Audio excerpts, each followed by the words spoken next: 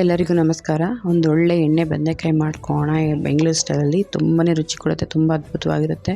ಜೋಳ ರೊಟ್ಟಿ, ಚಪಾತಿ, ದೋಸೆ, ಇಡ್ಲಿ, ಪೂರಿ ಎಲ್ಲದಕ್ಕೂ ಹೊಂದುತ್ತೆ.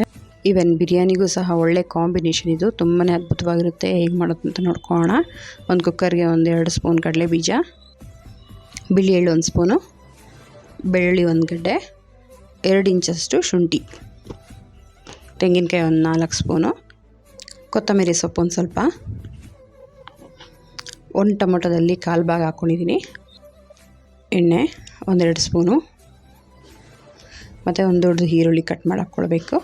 ಚೆನ್ನಾಗಿ ಫ್ರೈ ಮಾಡ್ಕೊಳ್ಬೇಕು. ಇನ್ನೂ ಯಾರೆಲ್ಲ ನನ್ನ ಪೇಜ್ನ ಫಾಲೋ ಮಾಡಿಲ್ಲ, ಸಬ್ಸ್ಕ್ರೈಬ್ ಮಾಡಿಲ್ಲ, ಪ್ಲೀಸ್ ಫಾಲೋ ಆ್ಯಂಡ್ ಸಬ್ಸ್ಕ್ರೈಬ್ ಮಾಡಿ, ಸಪೋರ್ಟ್ ಮಾಡಿ. ಹೆಚ್ಚಿನ ವಿಡಿಯೋಗಳಿಗೋಸ್ಕರ ಕಮೆಂಟ್ ಮಾಡಿ.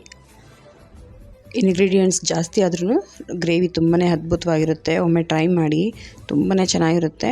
ನೋಡಿ, ಈ ಥರ ಫ್ರೈ ಮಾಡ್ಕೊಳ್ಬೇಕು. ಈಗ ಜೀರಿಗೆ ಮತ್ತು ಸೋಂಪು ಮಿಕ್ಸ್ ಮಾಡಿ 1 ಸ್ಪೂನ್ ಹಾಕ್ಕೊಂಡಿದ್ದೀನಿ. ಚಕ್ಕೆ ಲವಂಗ ಸ್ವಲ್ಪ ಹಾಕ್ಕೊಂಡಿದ್ದೀನಿ. ಚೆನ್ನಾಗಿ ಫ್ರೈ ಮಾಡ್ಕೊಳ್ಳಿ. ಈಗ ತಣ್ಣಗಾಗಿದೆ, ಮಿಕ್ಸಿ ಮಾಡ್ಕೊಳ್ಳೋಣ.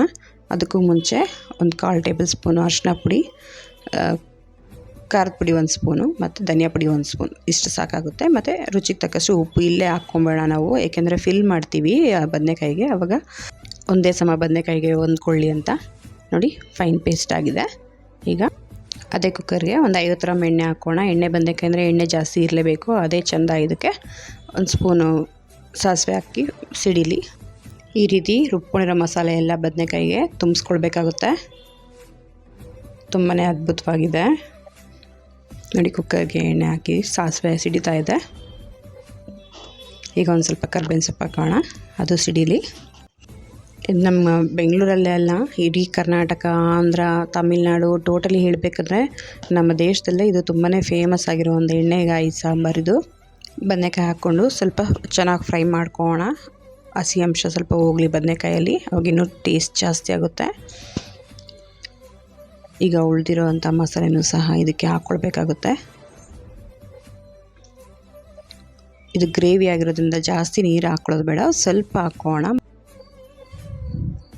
ಮಸಾಲೆ ಎಲ್ಲ ಸೇರಿಸಾದ್ಮೇಲೆ ಸ್ವಲ್ಪ ಮಿಕ್ಸ್ ಮಾಡ್ಕೊಳ್ಳೋಣ, ಚೆನ್ನಾಗಿ ಎಲ್ಲನೂ ಹೊಂದ್ಕೊಳ್ಳಿ ಅಂತ. ಉಪ್ಪು ಖಾರ ಎಲ್ಲ ಮೊದಲೇ ಆಗಿರೋದ್ರಿಂದ ಈಗ ಏನೂ ಹಾಕೋ ನೆಸೆಸಿಟಿ ಇರಲ್ಲ. ಇಷ್ಟೇ, ಇದು ತುಂಬ ಸಿಂಪಲ್ ಆಗಿರುತ್ತೆ. ಎಲ್ಲ ಕಲಸಿ ನೀಟಾಗಿ ಒಂದೇ ಒಂದು ವಿಜಿಲ್ಗೆ ಇಟ್ಕೊಳ್ಳೋಣ, ಸಾಕು. ಮೆತ್ತಗಾಗ್ಬಿಡುತ್ತೆ, ಜಾಸ್ತಿ ವಿಜಿಲ್ಸ್ ಬೇಡ.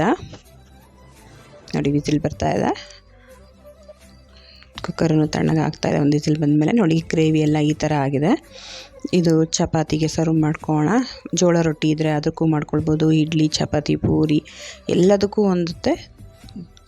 ಒಂದು ಸಲ ಟ್ರೈ ಮಾಡಿ. ನೀವು ಹೇಗಾಗಿದೆ ಅಂತ ಕಮೆಂಟ್ ಮಾಡಿ. ವಿಡಿಯೋ ನೋಡ್ತಾ ಇರೋರು ಎಲ್ಲರಿಗೂ ನನ್ನ ಕಡೆಯಿಂದ ಧನ್ಯವಾದಗಳು ಹೇಳ್ತಾ ವಿಡಿಯೋನ ಮುಗಿಸ್ತಾ ಇದ್ದೀನಿ. ಹೊಸ ರೆಸಿಪಿಯೊಂದಿಗೆ ಮತ್ತೆ ಸಿಗೋಣ.